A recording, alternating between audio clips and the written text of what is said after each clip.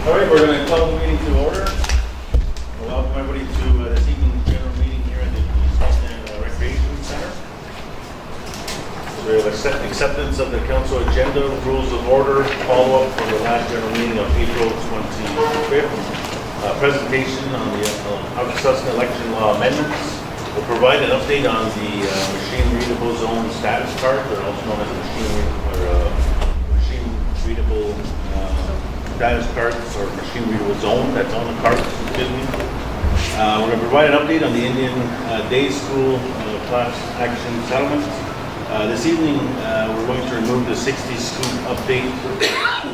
Then we're going to provide an update on the Grass River cleanup project, in which we presented on last month at the general meeting.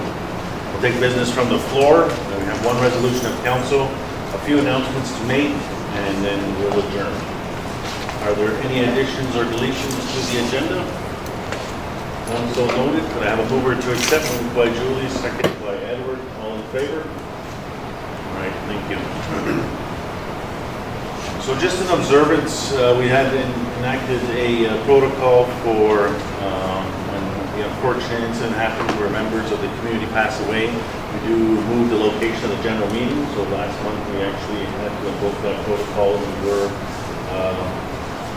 on Cornwall Island. This evening we're back on location to here in the district of I do want to recognize all the members that we've lost over the last month, so I'll ask for a moment of silence, please.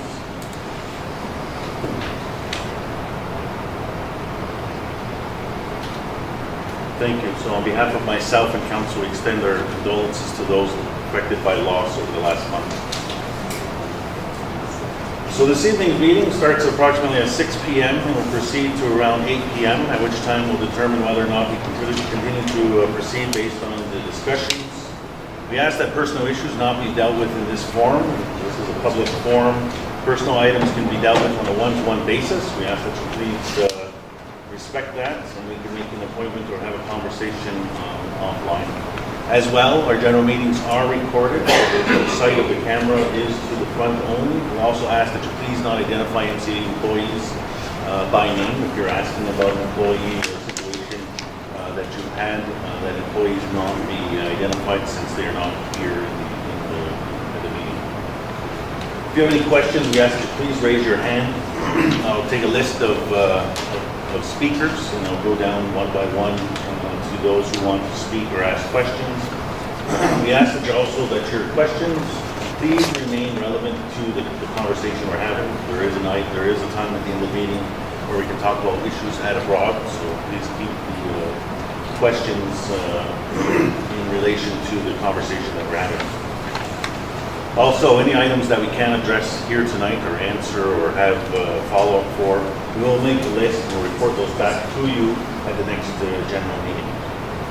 So those are our rules for this evening. Also, we ask that everybody please remain respectful. If at some point the meeting start becoming disrespectful either to each other or to members of council, as a chairperson, I will shut the meeting down and we can reconvene next month. So those are our rules of order. So now I will go through the action items from the last general meeting.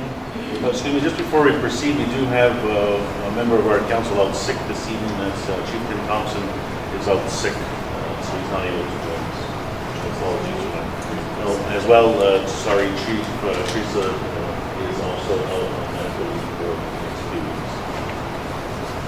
Okay, so we'll follow through with the action items from the last general meeting of April 25th. So that is in your packages. There are packages on all of your seats that have the material for this evening and then have the follow-up items that we'll be covering now. So I'll just briefly go over that. So there was a request about testing take place on the take place for PCB, specifically on the water treatment facility plant.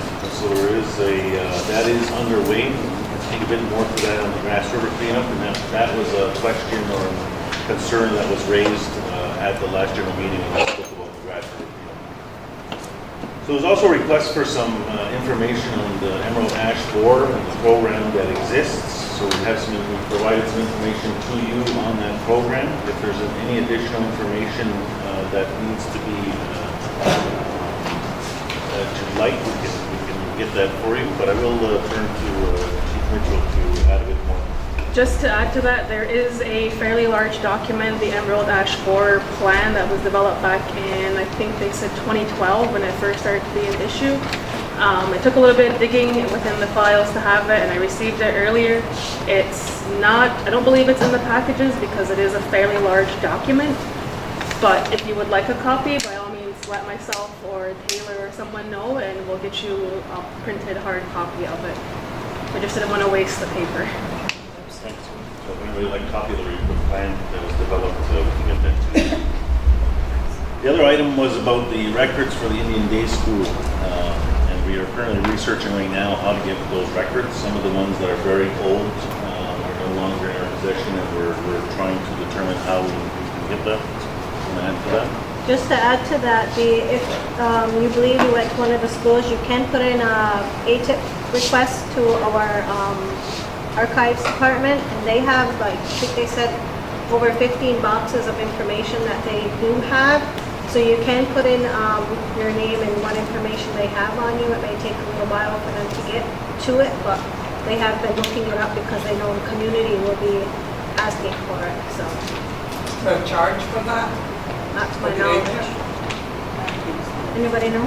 Not to my It's knowledge. $25 per application to access records and an additional cost per page. Yes. Good to know. Fine. All right. So the other item that we're asked to follow up on is inquiry for rent will be raised on the MCA apartments in November, so I'll turn to Chief Darrell to assist with that. According to housing, there's no increase in rent going to happen here within, they just did it there last year, but there is going to be a requirement from CMHC to have renewal of leases yearly. So that's the only thing that's going to be happening is the leases will have to be signed. That's a yearly process. The other ones are 5 years, so that's the only thing that's going to happen there. All right. And the other item that we're going to follow, that we had said we would follow up on is provide the community with the Go-Noga tennis court plan. So I'll turn to Chief Thompson if he wants to speak about that. Yeah, if you can look in your packages, we're going to be developing half of the old CBSA parking lot into a recreation area. It was the old St. Regis nautical tennis court area where we play basketball and tennis and volleyball there. So what's happening there is we have Easterbrook funding to put up signs. So what we're trying to do, they allotted so much money for that, the signs. So what we're trying to do is clear some of that money to actually develop in this recreation area. Just put little plaques up over there saying that Easterbrook funds contributed to the recreation area. And I feel that it would be, Grand Chief and I and Aero Department feel that money would be better utilized in this fashion instead of spending $25,000 on two signs. So that's what we're going to try and divert the money to. We're just waiting for MCR to conform.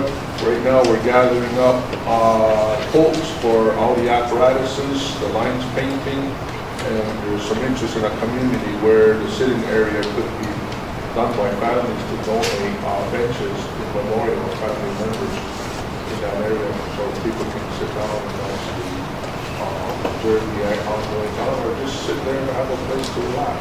It's in your packages if you guys want to have a look at it. So the lacrosse ball is already in place. We just got to straighten it out and tie it together, make it in a line so that the balls, when they come off the wall, don't ricochet in a controlled area. We moved it away from the fence line so that 2 age groups could utilize that wall instead of it being dominated by 1 age group. Other than that, I'm anxious to move this forward. The committee is anxious. There was concerns there where community members were already going over there to play and they're lugging their basketballs there. So we're getting added pressure on moving this forward, but technically it's still a construction site. And we didn't even do a waiver release form signed by Federal Bridge or even Mohawk Council hasn't signed a release form, and it's really technically not safe to hang out there yet. And yet there's, I stressed that at our district meeting, that technically they shouldn't be in there yet, it's because it's still a construction zone. So I'm hoping that our community and Akwesasne has patience and wait till the full development stage is done, so that we can do a good, proper ceremony, and have a ribbon cutting ceremony. Lloyd, you have a question? Yeah, I got a question. So would there be any concern, like if I was to buy a basketball net and set it up there? Well, right now, I just mentioned it's still technically a construction zone, Yeah. and we're working forward on putting permanent Is it in basketball. terms of safety? What's that? Is it because of safety? Yeah, safety, and we haven't had waivers released yet. Yeah. Waivers gotta come from Federal Bridge, and MCA has to sign them too. So that way, we're not gonna be liable for any injuries that happen there. Because the biggest safety concern I've seen thus far is the beer cans that are left there. I put a plastic bag there, put the cans in, right? And there's a fork there, right? And there's a stick there.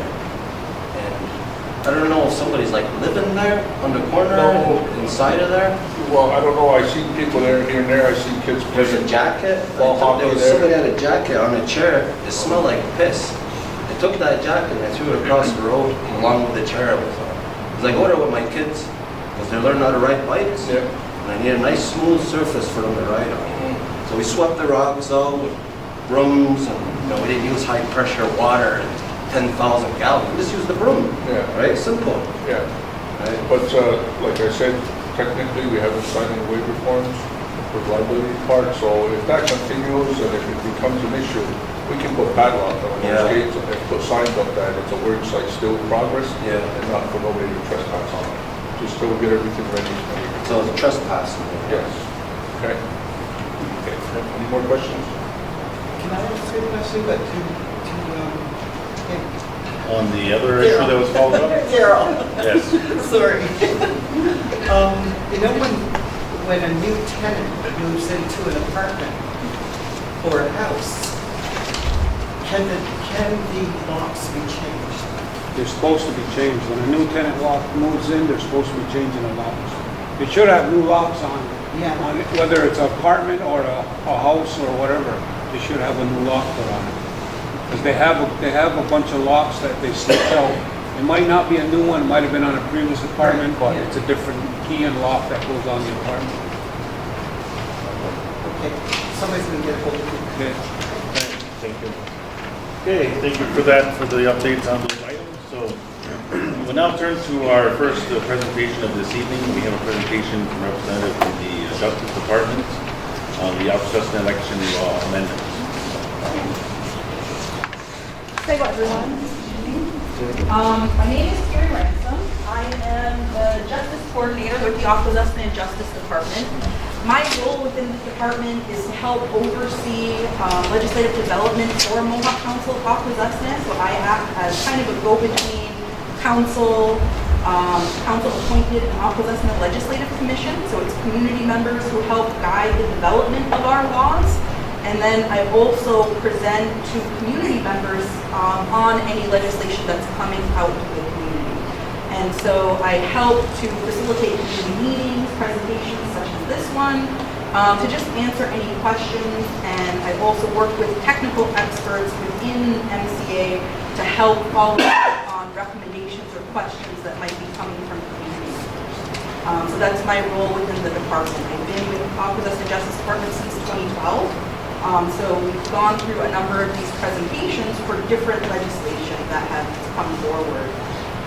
The Akwesasne Legislative Commission was appointed, the first group of members were done around 2017, 2018. They completed their training in 2018 in August and went through the process of having the first formal public call out for direction from community members on what we should be working on as far as legislative development initiatives.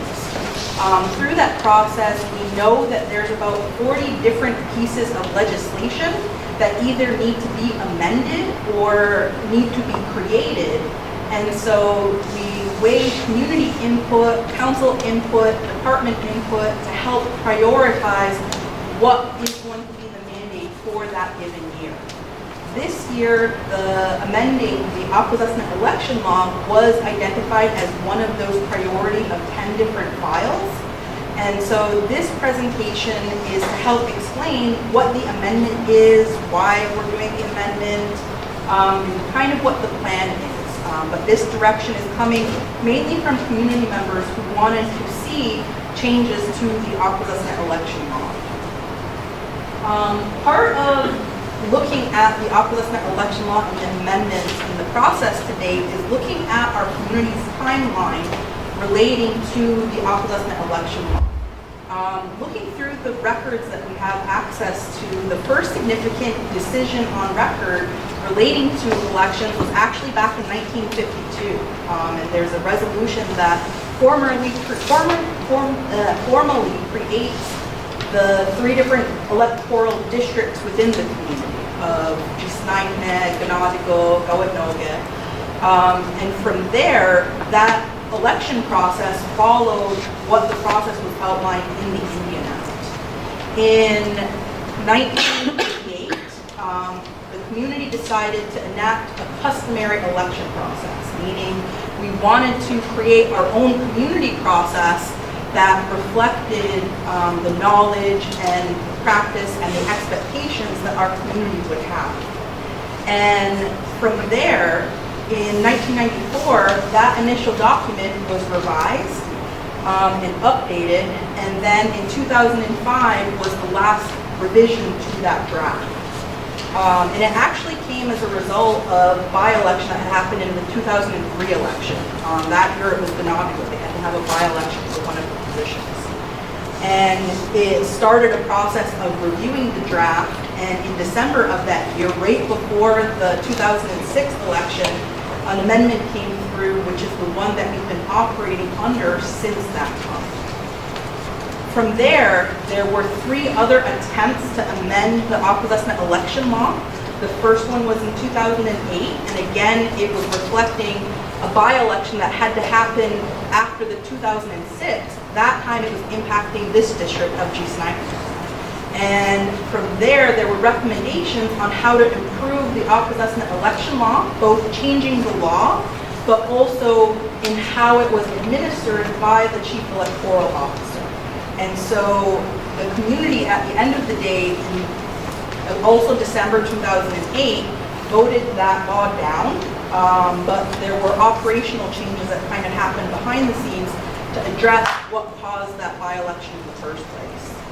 In 2009, again with that election, there was a need for another by-election, that time for the district of Gawitnoge, so it crossed all the districts in the span of 3 different general elections. And from that experience, again, there were recommended changes to happen to the Akwesasne election law. It was brought to the community, going through that process at the end of the day. In December, right before the election the following year, the community once again voted it down. The most recent attempt was this past year, and with that draft, it was brought to the community. There were no by-elections, which we were very thankful for, but with that process, it was reviewing the Akwesasne election law, bringing to the community substantive changes, and people couldn't agree on certain policy points or position directions, giving directions. And so the decision was made to bring a document forward that only amended grammar changes and to only amend the amendment provision. And when that came to the community, there was a lot of confusion over what they were voting on in that special general meeting. So again, it's looking to the process that unfolded. It caused a lot of confusion over what was the document being voted on the table. Right now in 2019, what we're looking at and what has been mailed to community members was this document. And so this should have been received by all households within the northern portion of the community. And in this document, it outlines what the amendment is, and that there is just one. And it's looking to change Section 18, going from this substantive amount of text into one line, which reads, "This law may be amended in accordance with the Akwesasne legislative enactment regulation." And so the process at this point is to focus on standardizing how to amend the Akwesasne election law. In each case, there were variations to how consultation was held because the amendment provisions weren't clear, didn't specify a standard process. And so it caused a lot of difficulty in coming up with the amendments, but also in getting it to the community to vote on it. And so with this change, what it actually does, the practical change, is that it allows for more flexibility in how the community enactment component of the law amendment happens. And so the overall process that happens for all laws within the Mohawk Council of Akwesasne is a law gets developed, it gets accepted in principle by council, and then it goes to the community for consultation. The community provides feedback on the draft, changes get made, it gets brought back out again for community enactment, and then if it's approved, it gets registered with the Akwesasne Law Registry. If it gets voted down, the outcome is also registered within the law registry so that we have a consistent record. The impact of this amendment changes how we look at the community enactment component. And what it does is it allows for the ability to have a referendum vote on the amendment itself.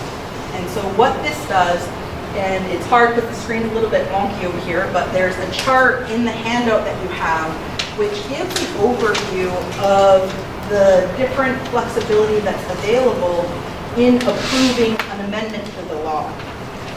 Under both the existing and the proposed amendment, you could vote at a special general meeting. The current way that the law is written, you can only change it at a special general meeting, which means that you have one location, very strict hours, and whoever's in the room are the ones who approve or disallow the law, reject the law. Under a referendum, you're able to have multiple polling locations. So you can have a polling station in each district, you can have extended hours with the polls open from 9 to 5, and you're able to have more flexibility over where you're able to vote. So if you live in Akwesasne, but you happen to be at a birthday party on Noge, you could vote there, right? So we have that capability under a referendum vote. In addition to that, we also have the capacity with our general referendum regulation to allow for multiple questions to be posed at a referendum. So you're thinking about propositional voting. And so what this allows is you could have one question which says, do you approve the overall changes of grammar, just the basic changes that have to happen, and then have secondary questions that ask targeted changes like, do you agree with changing the qualifications for council?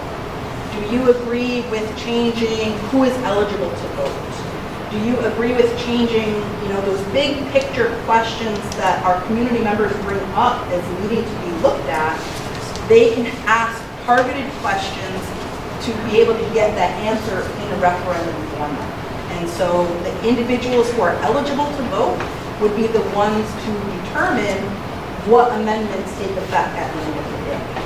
And so having that piece, we're hoping will make the difference in making changes and updating the law based on community feedback. The other pieces with it is that you have flexibility on who can vote in that referendum.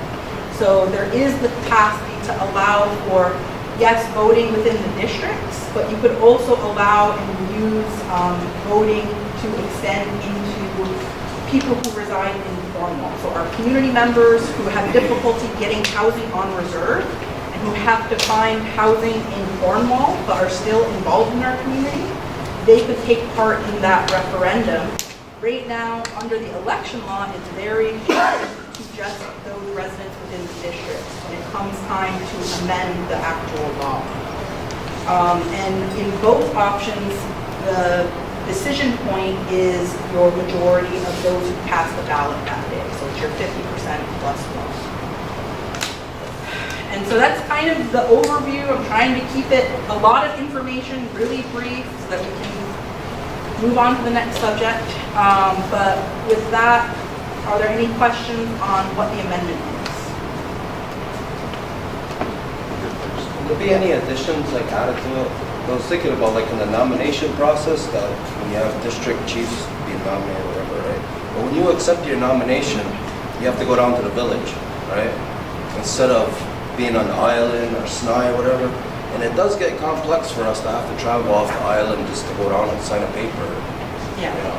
yeah, I'm just saying. yeah. Maybe there should be like, because we have a justice building there, right? You have a court and stuff. They have judges. Yeah. And so changes like that are something that we'll be looking at if and when we finish amending just this one part. And so regardless of whether it's approved or not by the community, there will be a secondary consultation and amendment process to do those substantive amendments. It'll come down to what enactment process we're using, either the existing election law amendment process or going through a referendum. Yes, yeah, yeah. Well, I disagree with what you're Yep. doing. And I'll tell you the reason is because when you had the last vote on this, what you did, and when you're going to speak here, 3 times now, I heard you say community consultation, but not one thing that the community offered to you could you use.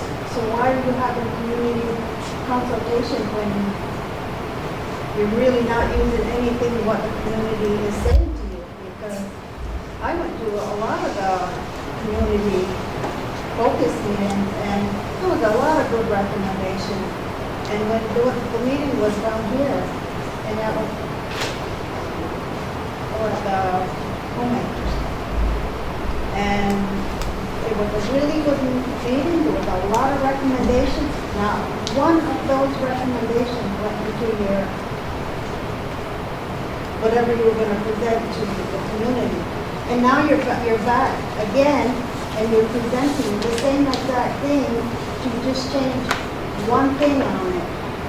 And it costs a lot of money every time you do this, have a vote.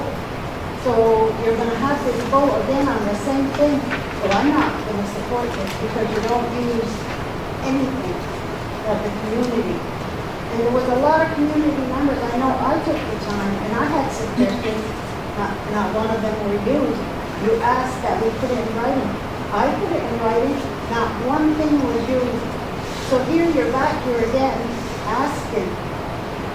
So are you not going to use what we say? You know, that's what I don't understand. And that's a great sentiment to bring forward. And that's, so thinking about your experience going to those consultation meetings before and your frustration of coming to the special general meeting to vote, to see that your input or the changes or even that initial draft weren't on the table, that's the procedural process that needs to change. And so right now, to be fair to the community, we are trying to be clear that yes, we're focusing on this one change right now so that we can have a better process to put the time into doing that substantive change. And the research in getting to that draft will reflect all of those comments that were received before for this 2018 draft, but it's also looking at the comments that were given in 2011, 2008, because there's a lot of good work that went with each of those drafts, and looking to see over time, what are the consistent comments that have been coming forward, and making sure that we're capturing them and putting it into what comes back to the community when we do that substantive. So you already did that process. You had a lot of community meetings in every district. And not one of those suggestions, when you did your vote, you didn't put any of those recommendations in your draft or whatever it was. Why not put those in there? And maybe people will vote, yeah, right now you're going to have another vote. Well, I'm going to vote no because you're not putting anything.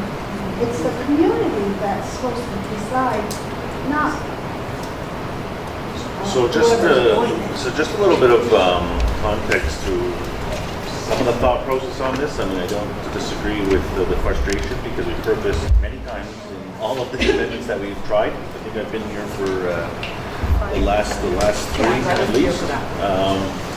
But the last go around, we were questioned right from the beginning as to why council was involved, right?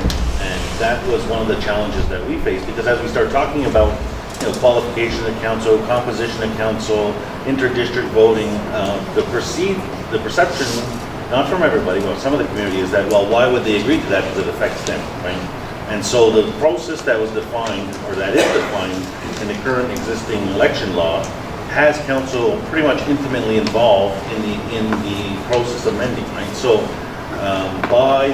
by the process of the law enactment process, which is led by QE as the facilitator and the legislative commission, it's a bit further from council. Although council still does have a role in it, and I think that's one of the things that that has been seen as an added value of getting council. I can tell you that people are always saying council shouldn't be involved, council shouldn't be involved, council shouldn't be involved. Well, unfortunately, we're hamstrung into what the law says. The law says council will initiate, council will do this, council will do that. Right? So that's a bit of that, but I completely understand what you're saying. And then in addition to that, I wasn't here during that entire process. So I was away from the community for 2 years. But Connie was going to also add on to help respond to your question. I just want to say, like when if we back up to what you were originally saying when you first started your presentation, you said the ideas mainly come from the community, right? So where do the other ideas come from? Do they come from council? Because it's a conflict of interest for council to be making laws that have anything to do with the election law process. I don't know if it has to be explained or something, or if you have to get another book. And that's what we're trying to do with this. It's like you're, Yes. you know what I mean? Like Yes. it seems so sneaky. And that's what we're trying to do with this by having the legislative commission, because they're community appointed members who operate arm's length from council, and so they don't take their direction from council. And so they're the ones that guide me when I have questions over how to proceed with law development. And so that's that process. And so coming out and being clear that this is what we're looking at to amend is to be transparent and be upfront that this is what you're going to see on the day when we hold a special general meeting, right? So just being clear about that process. So thank you for all the comments. So I was part of the review committee on the last go around, I guess we'll say, for the election. And I was at all those meetings. And I did hear the comments as correct. And you put a lot of comments in and a lot of comments in. But at those meetings, it was also, just as many said they want to change the age from 18 to an older one, there was just as many that said no. There was just as many that said we want a CPAC. The same amount said, oh, people don't need to go through a CPAC, they should get a second chance.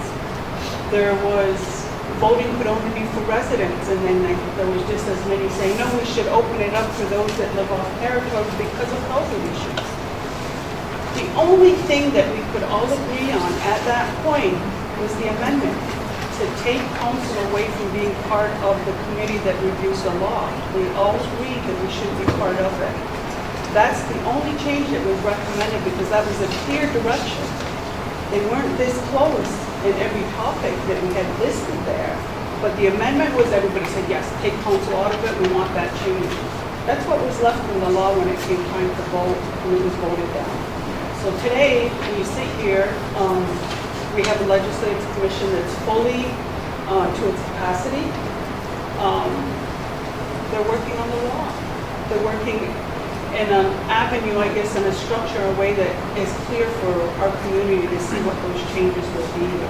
And the first one they want to start with is the amendment process. This is what Kiri is telling us. Then they'll move to all the rest. And we can all agree there's many changes required to this law. And that, the sooner the better, but there are many changes required. So I know that it's been a tireless effort here. But I think that if we can be supportive of the work and we move at one component at a time, I guess, and if it must be the amendments, and so be. And then once they get the process that they're working on to have every change, age, nominee criteria, CPECs, all those things we spoke of before in there and voted on. I don't know what the legislative commission will look like and how those votes will be done, referendums, whatever. But I'm optimistic that at some point we will have a new law with all these things in it. But we have to start somewhere. And right now it's starting with the one thing that the community could agree on was the amendment process. So do we move forward with that? Okay.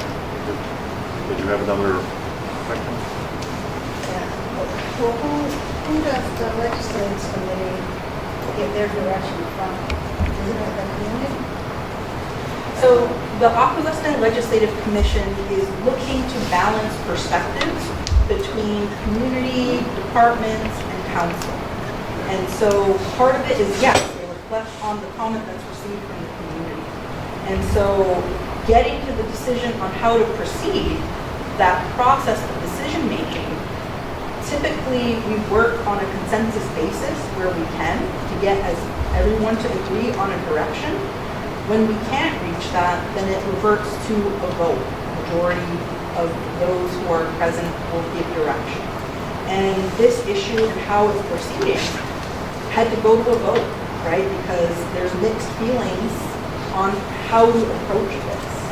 But looking at utilizing the process 3 times previous, having the degree of change that's needed in that venue and using that process hasn't been productive.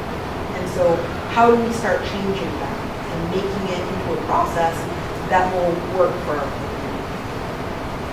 And it's not ignoring all of those comments from before, they're coming back around, but it's taking it one step and narrowly focusing on this area so that we can do that heavy lifting. Any questions on the presentation? Yes. So when all the amendments are done, like before all these everything is all done, those are all done, there's an election that occurs. So do the chiefs have to pass a resolution to accept the results of that vote of who's sitting as chiefs up there? After a general referendum?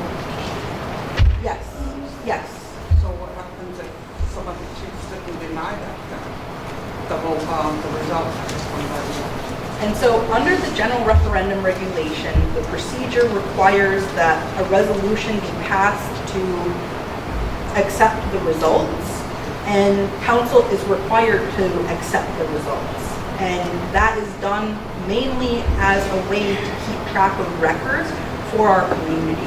And that's been one of the biggest resources that we've had going backwards in time, is referring to those official council decisions for record. And so they are required to do that, but it's following the general referendum regulation. So council have the ability to vote against it, but obviously there's repercussions for that, right? So we've experienced that in the continuous reoccurrence of petitions. It makes people uncomfortable, and there's lots of, it's uncomfortable for one, and then it's, whether or not, there's validity or things like that, but I mean, council has to uphold their responsibility, right? So in the case of a general election, I mean, I think that, the community would then take action, but also, that there is a process of appeal and there's the ability to declare, make certain declarations under the law of invalidity and things like that. Well, I mean, that's kind of the inherent challenge of how it's set up, right? Any other questions? We just have a government shutdown, I guess, like they do in the States. Yeah, but we won't get paid for it. Well, nobody else will either, I guess. Are there any questions for the presentation here? So, yeah. So what is the difference between the last vote and this vote? Because I don't see there's a difference. The vote you had before was voted down. And so now you're trying it again. So what makes you think it's going to pass this time when it was voted down the last time? Because we are clear of what we're voting on, for one thing. And the difference in the draft is we're not doing the grammar changes.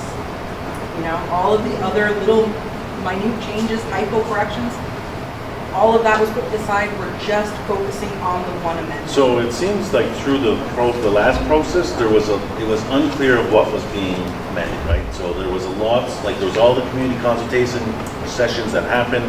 There was recommended changes that rolled back out to the community, and then, it came super heated and emotional, right? Because there was a committee of chiefs with technicians guiding the work as per what the law says. So then you have to go, why are the chiefs saying, why this, why that?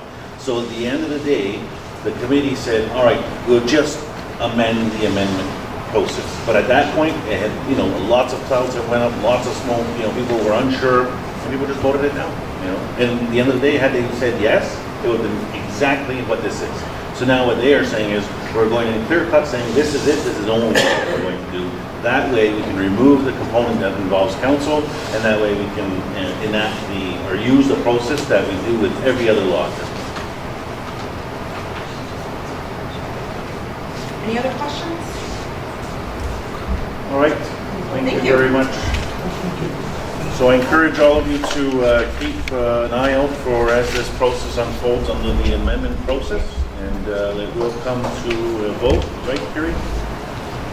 At a special general meeting.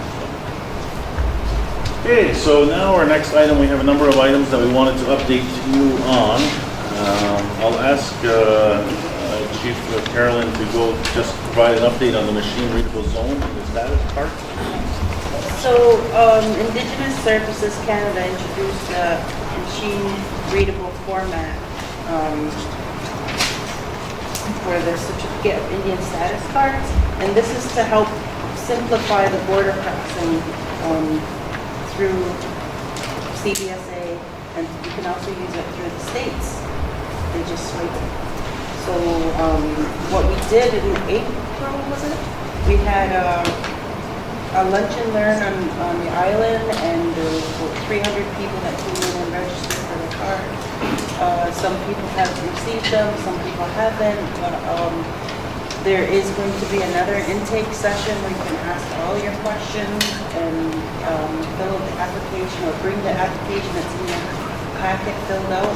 You get a picture taken, and you get a nice card sent to you as soon as they process it. Again, the card can be used through CBSA, but it also can be used at the state. May 30th and 31st are over at Yohapio from 11 a.m. to 7 p.m. is the next intake session. So you can come and bring your applications or talk to the people there if you have any more questions. You do not have to hand in your status card. You can keep your status card, and this will be an extra card for you. That can be used for taxation too. Yep. It's good for taxation. Yeah, so the picture's not nice, but it's got a picture on there. Would the non-applicable still be online for expires? Yes, 10 years.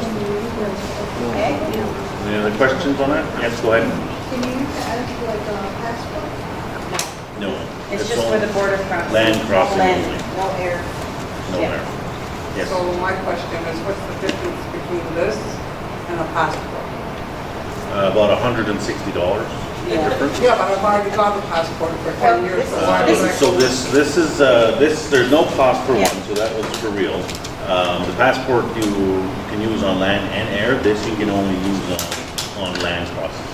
So essentially, the same barcode that's on a passport will be the same information, will be the same thing that's on the status, this machine readable status. So there's really no difference. If No, you have a passport. But some people have their passports and use that to go through the border, that's fine.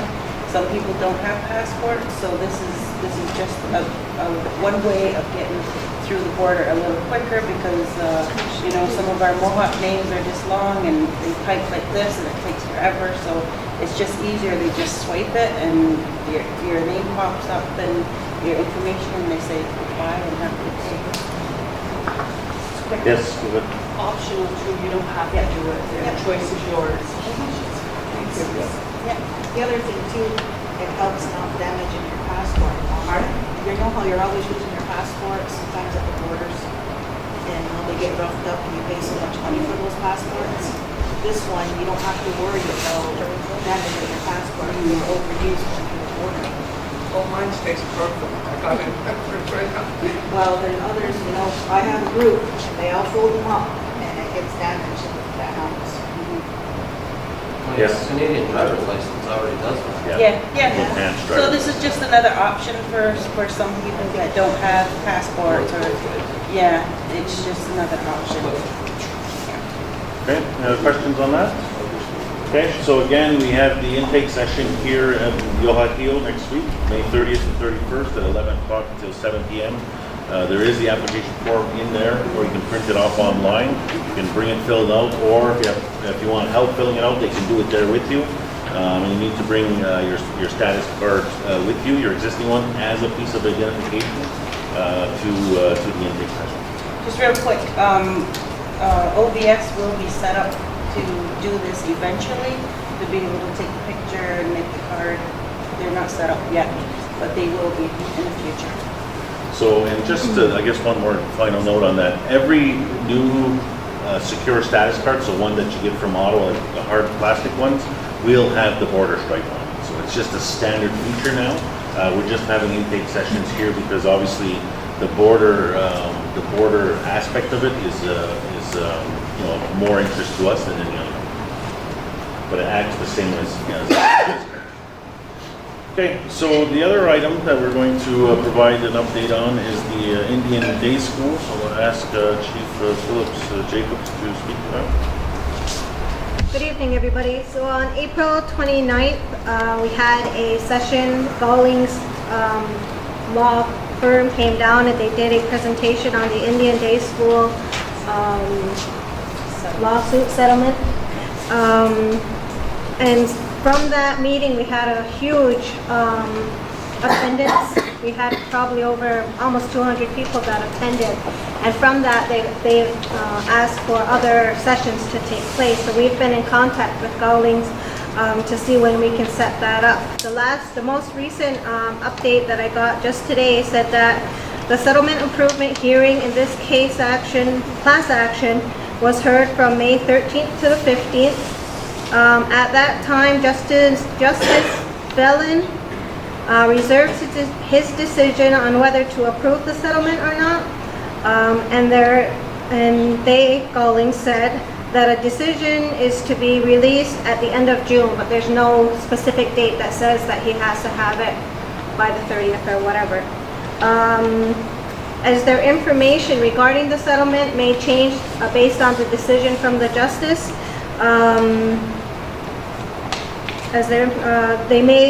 they're not going to be doing any more information sessions until that decision comes down. So as soon as they get that decision from the judge, they will be in contact with us and they will set up more information sessions. If you want to keep an eye on it, you can go to www.indiandayschools.com and any new updates will be put on the website first. And applications are also available here at the back. If you know anybody that attended any of the schools. And I think that's just about it. And those can also be handed into the Aero department and they can give it to them. Yes. Oh, and just a reminder that if anyone was unable to attend the last session or they just want a refresher, that it has been recorded and made available to the public. So if anyone would like access to that, it's on our YouTube page or you can contact communications and things like that. Yeah. Thank you. Any other questions on that? Thank you very much. Okay, so Chief Tim Thompson was supposed to speak to the 60s scoop update, but unfortunately he's not here this evening, but there is information in your package available to you. That is another class action that is underway as well, that is targets a different group of individuals, but we encourage you to take a look at that. And if you need additional information, Chief Thompson can be reached at our office as well to assist with that. Okay, so the other item that we wanted to provide an update on was the Grass River Cleanup Project. So last month we had a presentation at the community meeting on the Grass River Cleanup Project, and we just wanted to provide a bit of follow-up to that. So I'll ask Chief Mitchell to speak to that. Hi, so we had a meeting with the St. Regis Mohawk tribal leadership to kind of begin the discussions on this, and it was just a very introductory meeting. Sorry. And then we had some Mohawk Council MCA representatives attend the public information meeting that was held at Hawkins Point. It didn't necessarily go very well. They weren't too responsive to any kind of concerns from us. It was mainly the American side, or once they knew that they were Mohawk Council employees, they did not really address their questions. It was kind of just dismissed. So we reached out through the EPA. We're reaching out and we are inviting their, I can't remember the project manager basically for this. I can't remember the exact title or her name right now. We'll be inviting her down to meet with us and to see what kind of assistance or anything, just to kind of see what their response is. We're not sure if it was because it was a community meeting off the reservation or if it would be a different atmosphere. So we're looking at that, and I will be attending along with Chief Rompoint the Great Lakes Public Water Forum to try and use some international bodies to put pressure on them to start looking at us as a whole community and not just that border that runs through it and the water stops and goes back to Messina. So we are working on it, but the EPA hasn't been very responsive lately, so we will be exploring other avenues to get their attention. What do we do in the meantime? Still eat the fish? Well, there's been a fish advisory since 1979, so well, there is monitoring going on right now. The tribal environment department is doing a lot of monitoring, and they've been, since our last meeting, they've been in very close contact with myself and our environment department, keeping updates and sending the reports on to us, so we're aware of what's going on as well. We did put a request in for additional testing sites from them to kind of explore and get beyond just that little jurisdictional area, and we're working that out with them now as to locations and if there would be a cost or if they can just kind of lump it in with theirs. And so those are things that we're working with.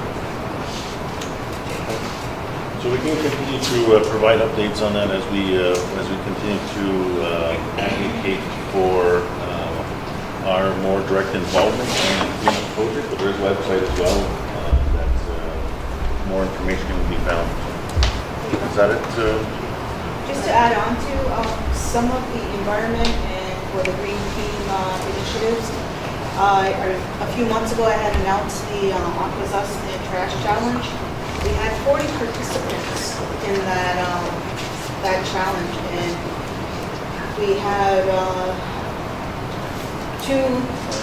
40 families, and we had 2 from the roadside cleanup a few weeks ago. And our prizes were a greenhouse, a composter, and a raised garden bed. And we had a group from grade 3 class from Jesina School that won. We had a Kalani Skitters, and we had a Baker Thompson, and there's a Mohawk name on here. Yeah. And they were all our kids that won the trash tag challenge, and it was really cool.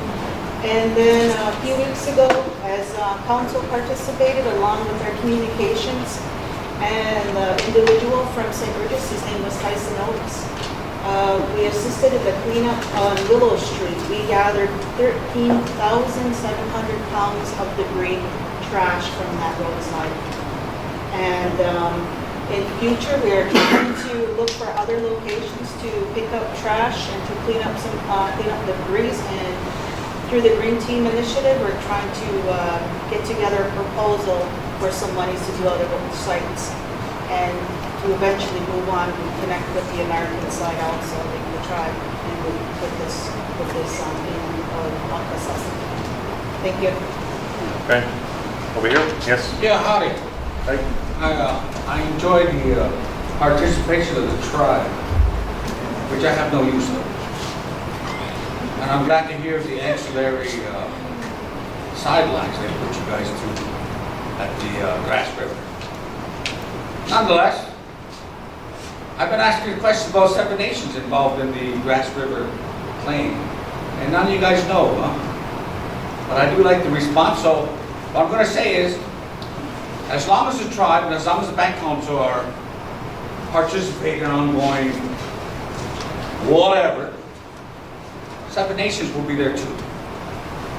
And maybe we'll acknowledge you guys. That's all I would say. Fair enough. Thank you. Okay, yes. I just want to make another little announcement. I don't know if everyone's aware, but Dr. Henry Lickers was appointed to a commissioner for the International Joint Commission to work on the waters that have run between Canada and the US, and he's the first Indigenous commissioner that's been appointed. So he will be slowly kind of transitioning out, and they've asked him to take on a role, a new kind of role, where they want him to go out and try and get more Indigenous involvement in there, because a lot of their committees and things don't have our representation. It's a lot of non-natives who sit on there, so he's taking that and going full speed ahead. So I just wanted to make a little announcement that some good news out of environment. Thank you. It's in today's newspaper too. Thank you. Good seeing you. All right, so now we will thank you for all those updates provided this evening. We will return to business from the floor. So if there's any items that members would like to discuss, sure. Okay, I was reading your report, Yeah. and I'd like some more information on this. Sure. It says a request for background information on the non-insured health benefits program with regard to residency requirements. It was discussed and will be researched. What is that all about?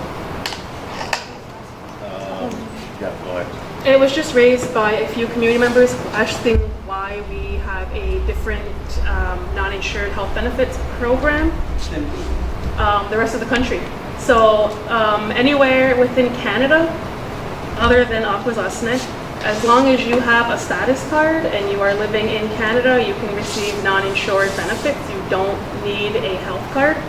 However, at some point in the past, I'm not sure when or anything, that's what we're researching, the decision was made here to have a provincial health card requirement.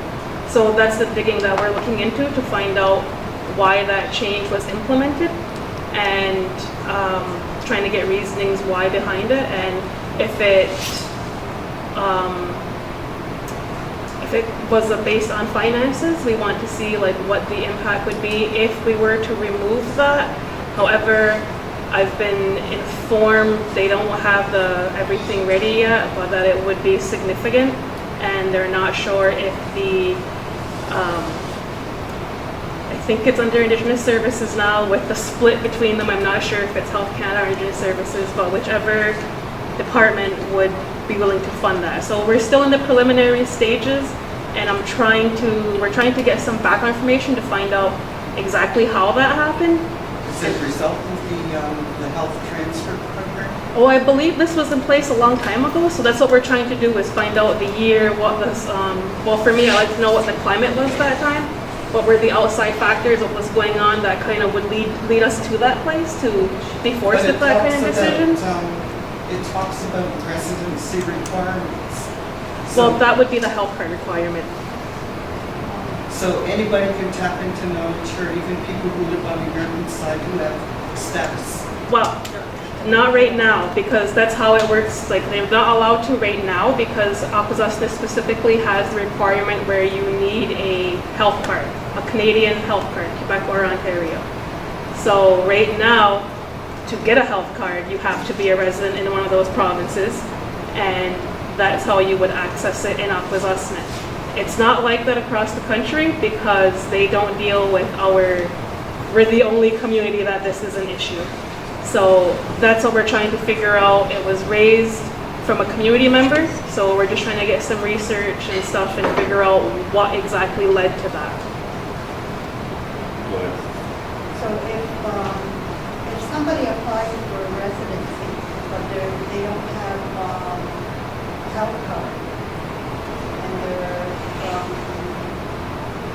Onondaga.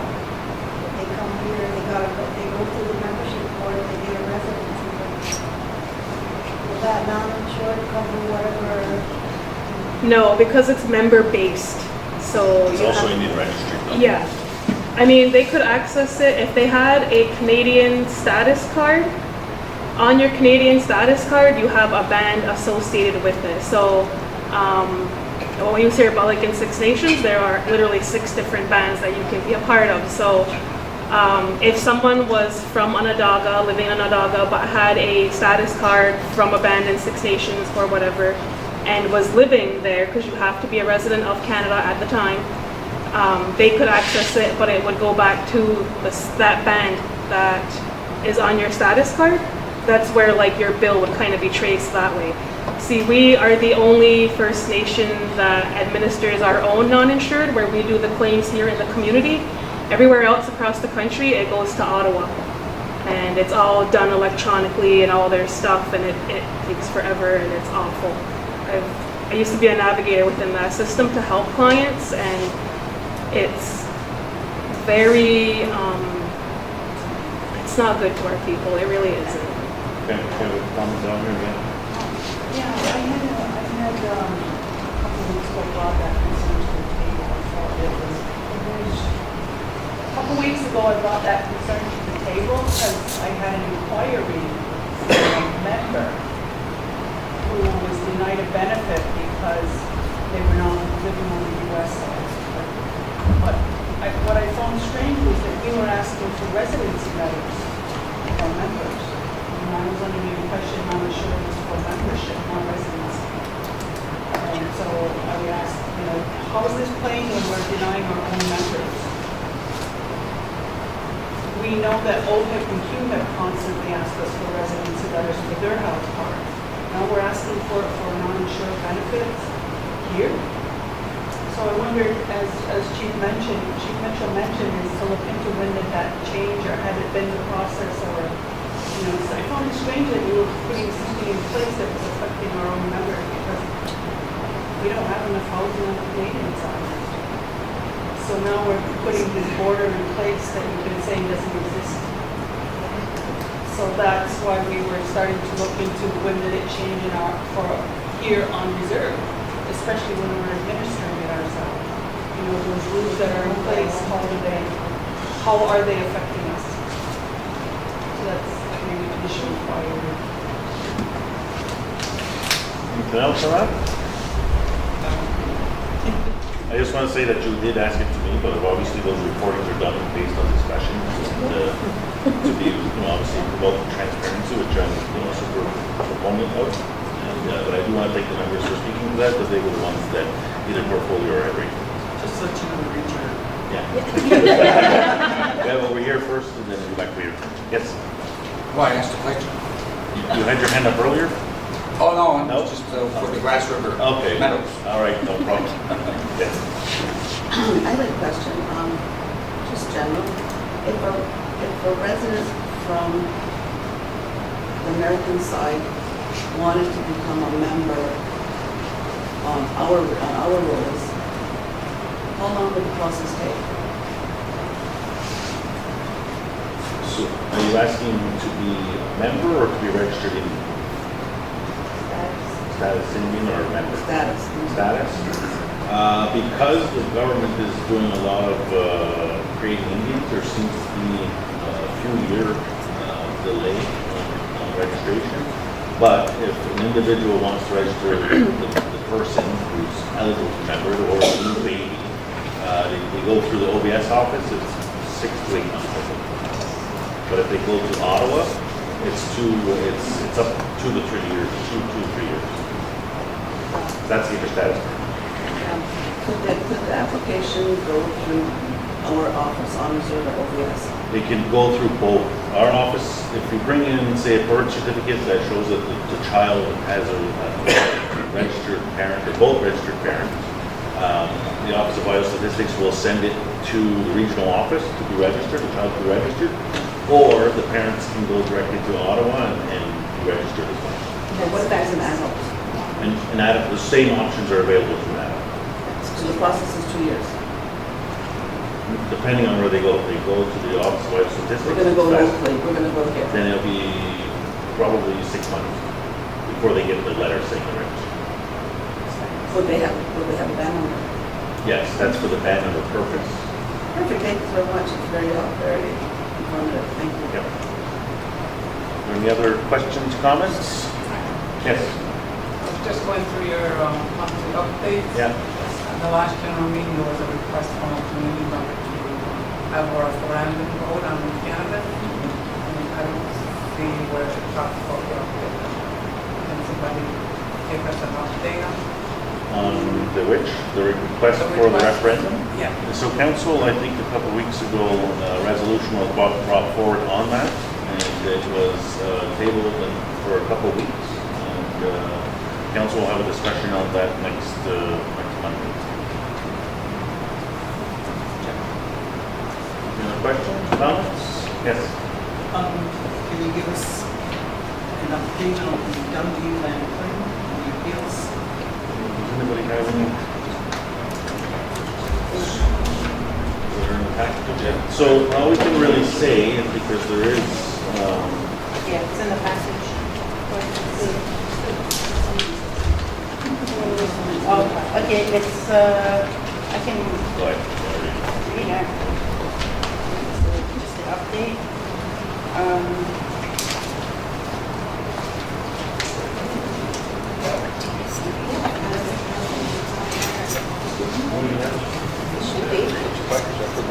Okay.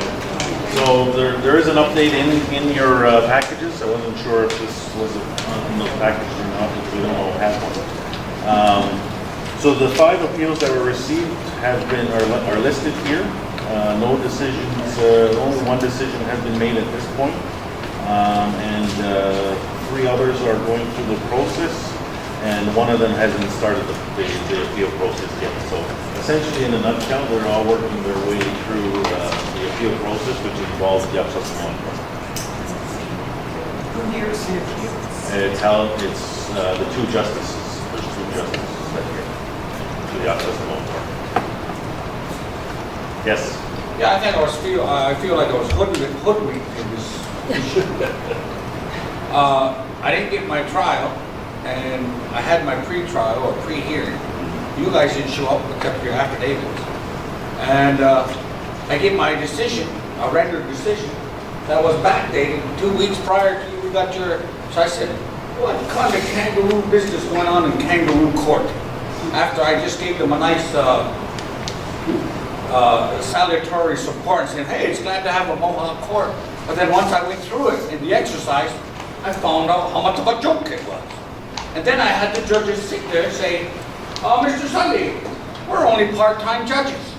I said, what does that mean? So they only make a part-time decision? It sounds like teach when they're on council. I remember Randy Hart saying, I've only been on council for 6 months, I don't know what's going on. When you get up there, you sit in that seat, you act like an adult. You educate yourselves. But, you know, the course runs its course, and get back to this referendum on marijuana, cannabis. One person stands up and says, we need to go referendum. I'm like, okay, 20 people in Snai say, can you change the rules? They don't listen. But if you're that one white person, I might have been a white person, you guys act on it. I can't, I'm with Donna, I can't understand the choice of decision, proudness, you know. One person versus how many times we tried to change the amendment law. And I like the amendment law course. We've been doing it for what? 1952? 2019, we're still trying to play checkers. Isn't that fun? How much money you guys spend on the election regulations?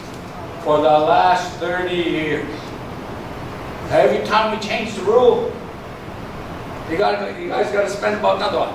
60,000, 600,000. Does anybody know that number? It's not that high, but there is no doubt there is a cost. And the cumulative cost is probably quite significant as well. Okay, is there anything else that anybody wants to address the council this evening? Yes. I went to a district meeting, our district meeting, and I was just kind of wondering if anything came out of it. because it was a long meeting. There was a lot of issues that were brought up. There was a lot of discussions that were, but it was a 2.5-hour meeting. Oh, was it 3 hours? It was 3 hours. Okay, 3-hour meeting. Just kind of wondering, like, what will become of it? Not what is, but what will become of that meeting? Well, I mean, being that you were there, some of the discussions and issues brought up were quite large. Not all of them, some were. So some of those larger, broader, I don't really want to get into it because we had personal issues and stories come out of there. For that kind of big one, the social related one that kind of overtook, I have spoken with the portfolio chiefs and made them aware and given a full update as to the points of the discussion, the recommendations that came out of it. As well, I sent an email the very next morning to the 2 district chiefs who were unable to make it due to travel. I sent them an email to update them as to the requests that were made, all the different things that we had discussed, and we as the Sny District Chiefs do want to meet, the 4 of us, and have a good discussion about all the things that were brought up and discussed. Our schedules haven't been gelling this week for us, so we do have it. We had it scheduled for tomorrow morning, but we have another meeting with all council that came up. So we are planning though to meet and discuss further those larger issues as district chiefs and how we want to start looking at them. Thank you. You're welcome. All right, so if there's nothing else, this is going to be the absolute last call. I know that everybody's keen to get back home this evening, so I do want to thank you. I do have a resolution that we need to entertain for the record. So the Mohawk Council of Akwesasne accepts and approves the general meeting minutes of April 25th, 2019. Could I have a mover? Moved by Carolyn, second by Joe.